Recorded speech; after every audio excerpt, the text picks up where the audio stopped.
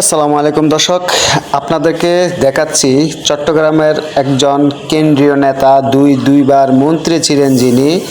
চিনে না তাকে এমন কোনো লোক নেই চট্টগ্রামে। শুধু চট্টগ্রাম নয়, বাংলাদেশের ভিতরে আব্দুল আল নুমান নামটা খুবই পরিচিত সবার মুখে মুখে, ছোট থেকে বড় পর্যন্ত।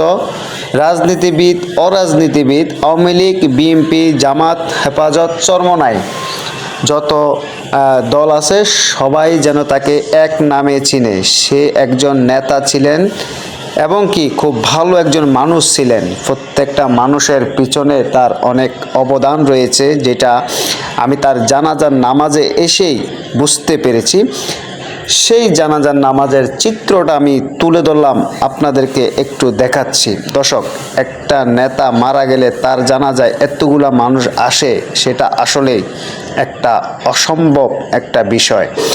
ভালোবাসা মানুষের প্রতি মানুষের কতটা জমলে দূর দূরান্ত থেকে জানাজায় এসে শরিক হয়, ভিডিওটা না দেখলে আপনারা বুঝতেই পারবেন না। তাই ভিডিওটা না টেনে সম্পূর্ণ পুরো ভিডিওটা দেখতে থাকুন। আমি আপনাদেরকে দেখাচ্ছি, স্থানটা হচ্ছে চট্টগ্রাম জামাতুল ফালাহ বিশ্ব মসজিদ ময়দান। বিশাল আকারের যে মাঠ রয়েছে, সেই মাঠের চিত্রটা তুলে ধরলাম। আমার পিছনের সাইড, সামনের সাইড, চতুর্দিকে মানুষের বন্যা বসে গেছে। এত মানুষ কোত্থেকে আসলো?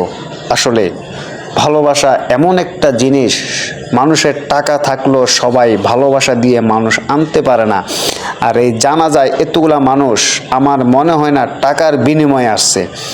মানুষ অন্তর থেকে আব্দুল আল নুমান ভাইকে ভালোবেসে জানাজায় শরিক হয়েছে। আপনারা বিভিন্ন নিউজে, বিভিন্ন খবরে দেখেছেন, জানাজা শুধু একটা নয়, 3-4টা কিংবা 5টা জানাজা তার হয়েছে। প্রত্যেকটা জানাজাতেই এইভাবে মানুষ হয়েছে।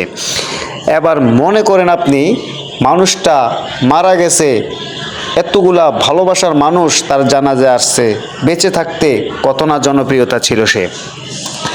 মূল কথা হচ্ছে, এই মানুষটা আসলে একজন মাটির মানুষ ছিল।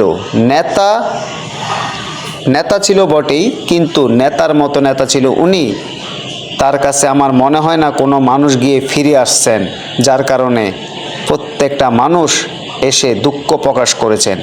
পৃথিবী ছেড়ে আমরা সবাই একদিন চলে যাব, সেটা ঠিকই, কিন্তু স্মৃতি আর মায়াগুলো যেন পিছু ছাড়ছে না আমাদের।